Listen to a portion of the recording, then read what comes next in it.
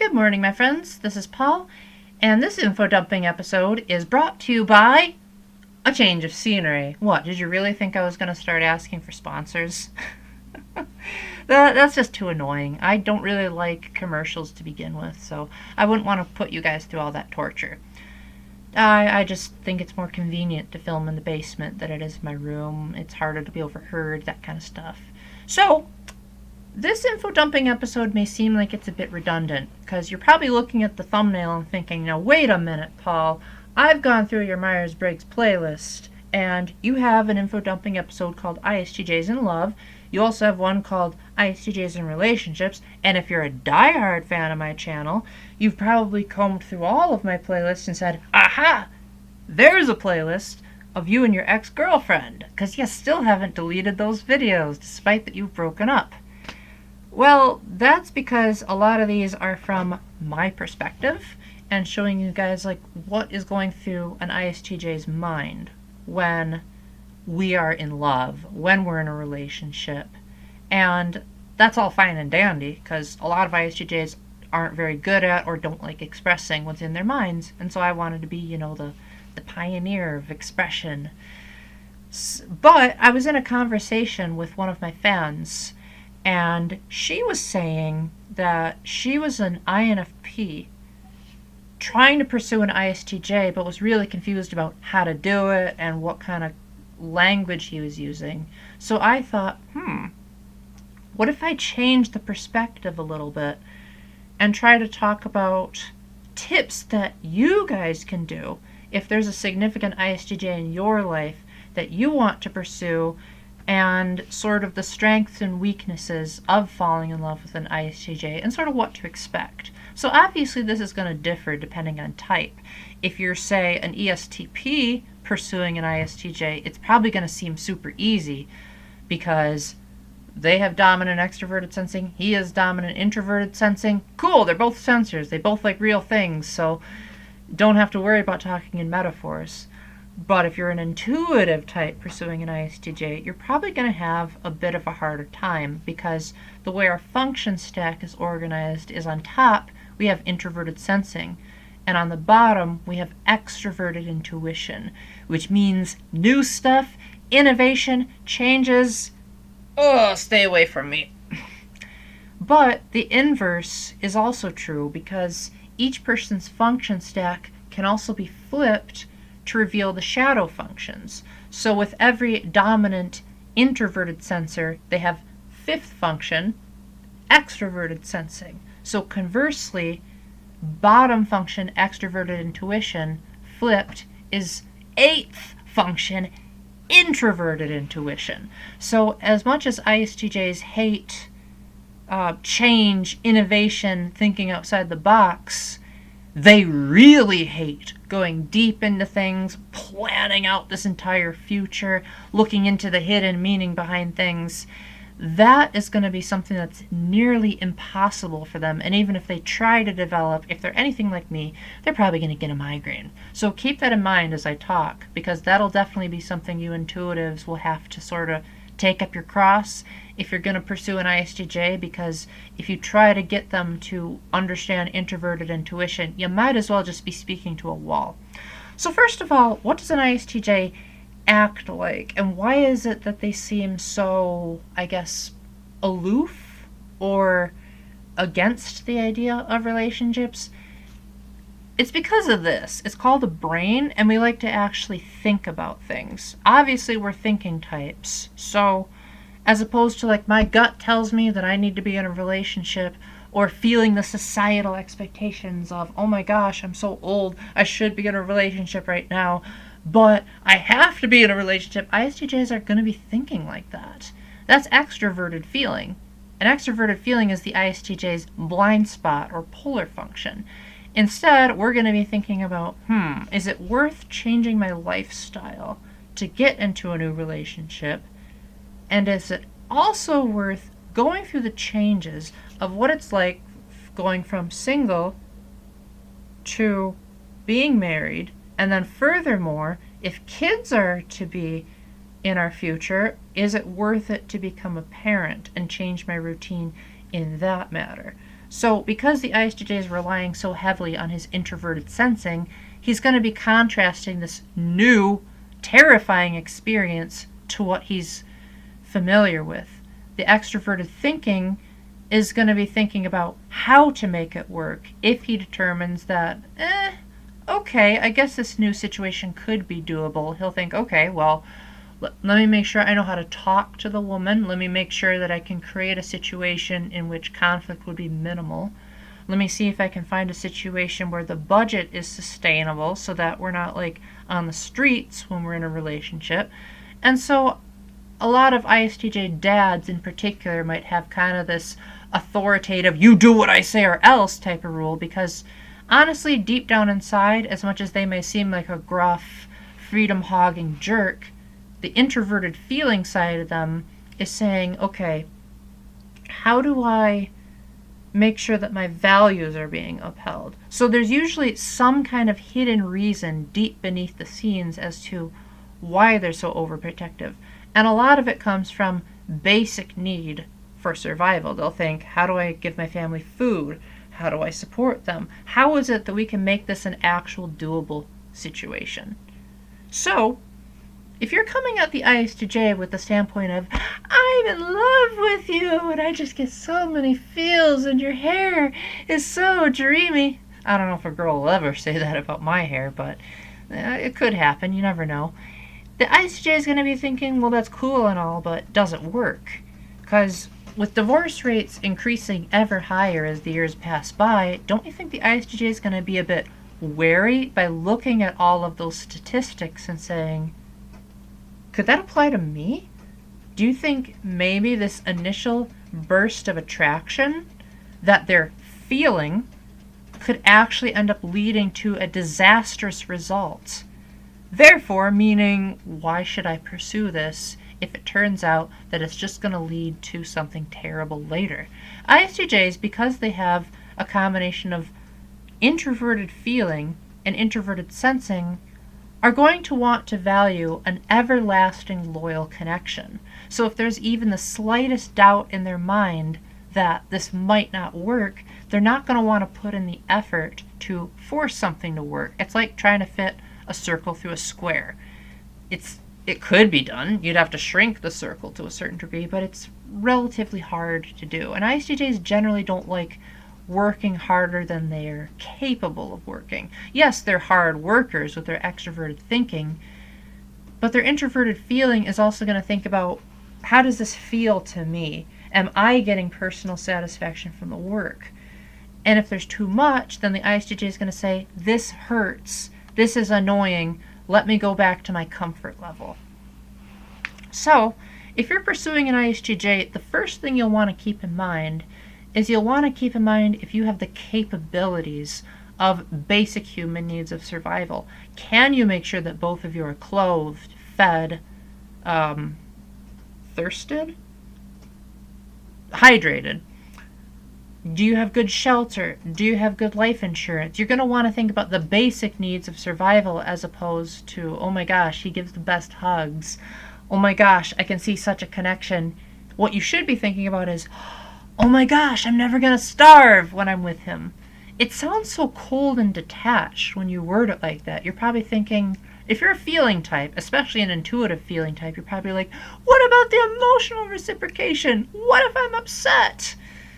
Well, you still got to eat, whether you're upset or not. So the ISTJ, of course, has tertiary introverted feelings. So they are going to care about what means something to them. And if their values happen to be protecting others, then it could come across as a little bit of primitive extroverted feeling, saying, okay, how can I meet my partner's needs? Because that's a requirement in the Catholic Church, is to give yourself fully to the person.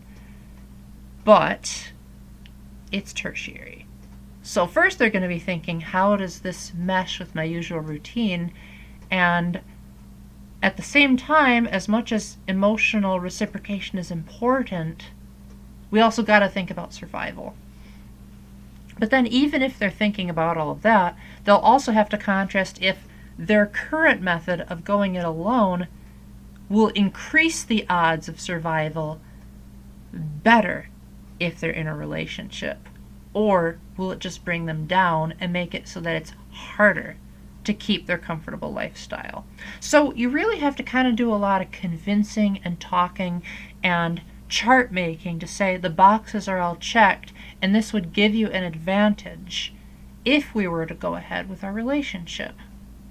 So the first thing you want to do is, well, I guess there's not really a specific order I can think of because every ISTJ is different. This whole chart thing that I'm doing is just giving you a general idea of his thought process. But if you're going to pursue an ISTJ, if I'm talking from my own personal wish list, I'm going to pretend that there's a girl out there that's pursuing me, and I'm going to pretend that this girl is watching this video, and she's going to be looking at this for answers on how to pursue me. So, if I'm talking to this hypothetical girl, because I'm not gay or anything like that, I'm going to want a girl to pursue me. So,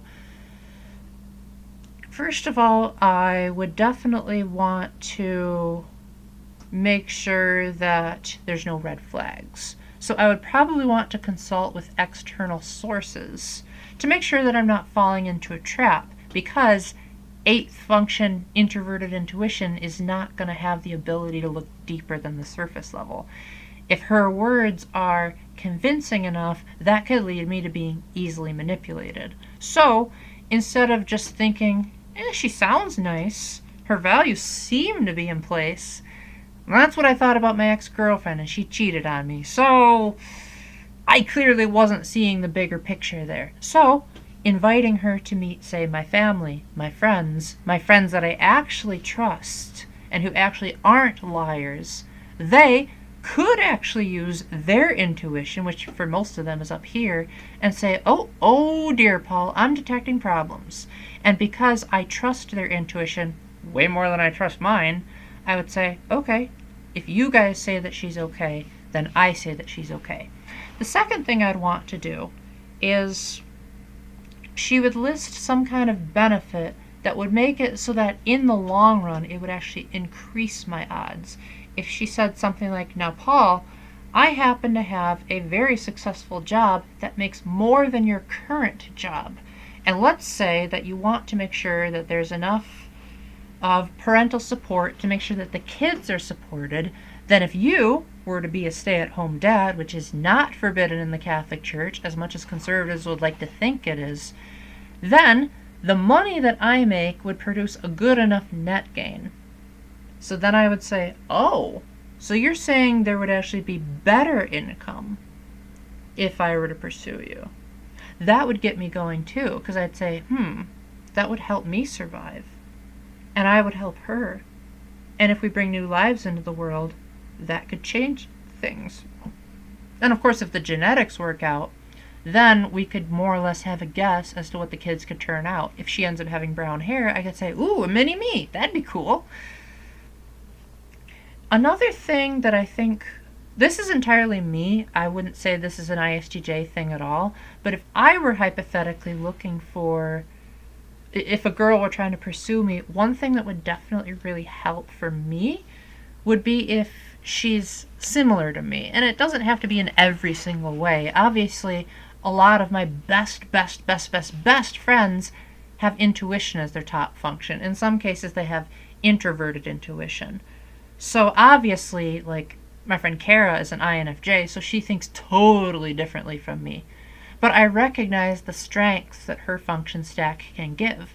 But at the same time, there'll also be days where I'll take her hand and compare it to mine and say, even though you're a girl, you still have a hand with 5 fingers, just like I do. Or I'll take her hair and say, that hair's brown, just like mine. I actually forgot what color eyes I have, but I know that Kara doesn't have brown eyes, and I used to think that all girls had brown eyes, because at that time in my life, I didn't have too many females in my life, and the few that I did all had brown eyes. So knowing that someone has different color eyes than brown that's a female would again factor into, oh, I guess you females aren't so different after all. So even if it's something as little as something like, hey Paul, did you know that my pinky is the same length as your pinky? Or, hey Paul, guess what?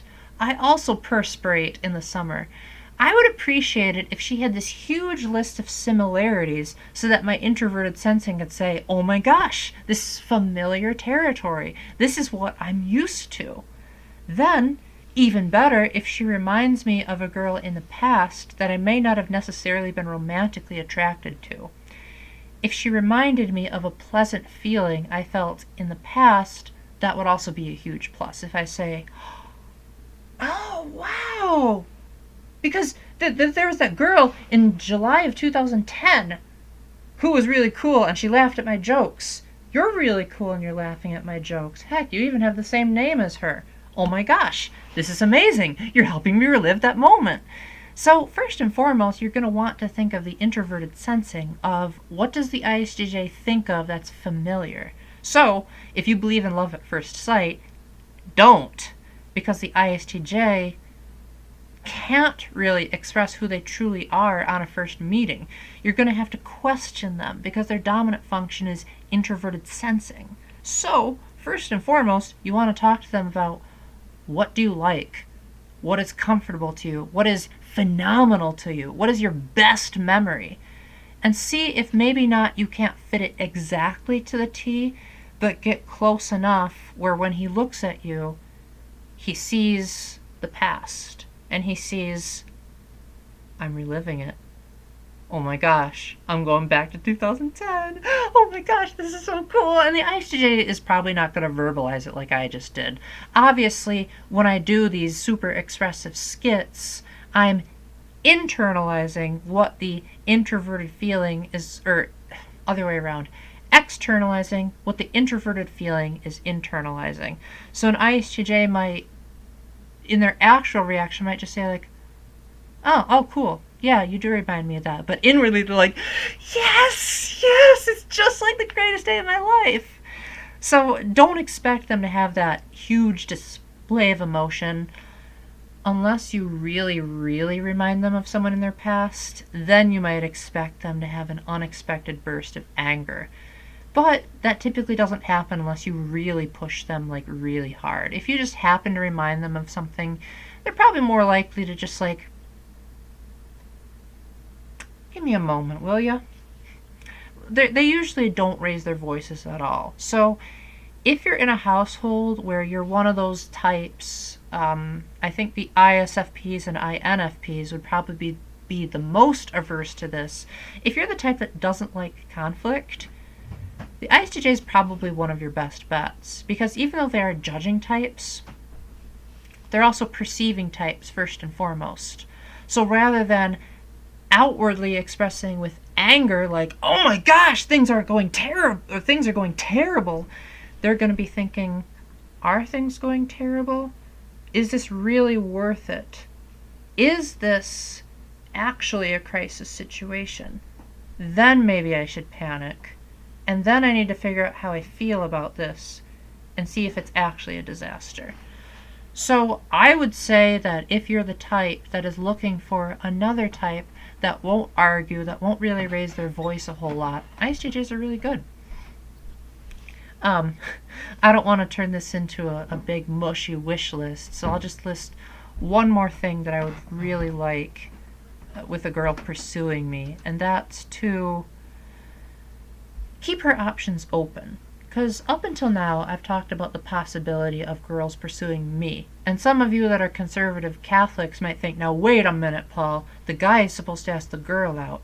Well, I was being hypothetical because, one, that's not a doctrinal rule, that's more of a normality situation. And two, society is moving in that direction where a lot of females are starting to have more of that, like, I can do anything a man can do. And so I am perfectly capable of asking a guy out. My ex-girlfriend was the one that confessed that she had feelings for me first. So I'm accustomed to the fact that I could be asked out, even though back in my time that was unheard of. But nowadays they're going in a progressive direction.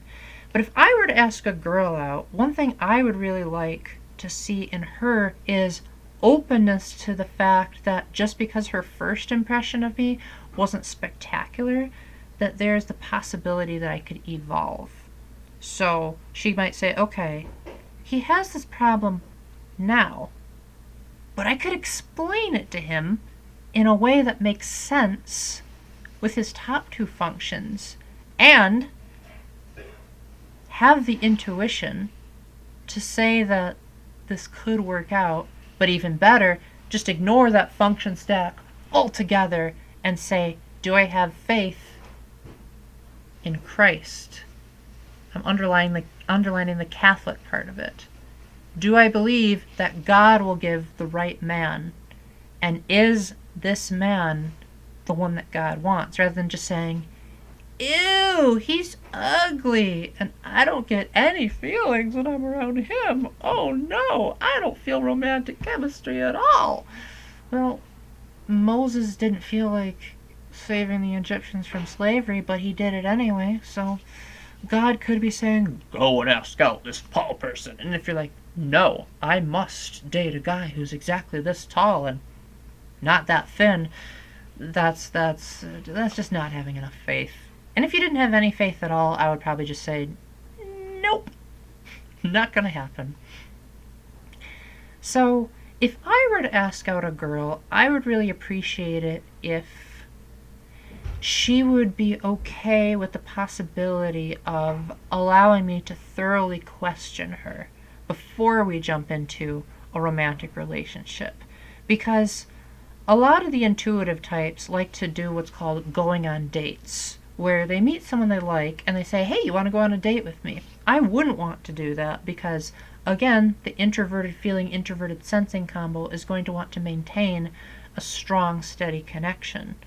So rather than dating and risking the possibility of them saying this doesn't work out, and because I've developed so much feelings for you, I think it would be better if we cut off all contact. Instead, I'd say, okay, let's make sure that there's an insurance policy here so that rather than asking you on a date and making your feelings hurt if it doesn't work out, let's be friends for a while so that at least we still have that platonic connection. So that way, it's a win-win, because no matter what, the introverted sensing, introverted feeling is going to be satisfied with that consistency of, I still have that friendship, and that friendship is still valuable. So this video went on for a bit too long, so if I missed anything, let me know in the comments section. I hope this gave you a good insight into how to pursue an ISTJ, and if you've watched my other videos by now, you probably know that flirting is no good, because that's inauthentic. Their introverted feeling is going to say, why are you being fake? I want you to be you. Of course, the INFPs are going to love that because that's their dominant function. So I guess you could say ISFPs, INFPs hypothetically could be good for ISTJs, but I'm not going to say what our ideal type is because you never know. Even those confusing INFJs might make for a great partner, as long as we're willing to communicate and do what God wants. So again, thank you very much for watching. Let me know in the comment section what I missed, and if this helped you be able to pursue an ISTJ and understand what we're going through, let me know, and have a great day. Bye-bye.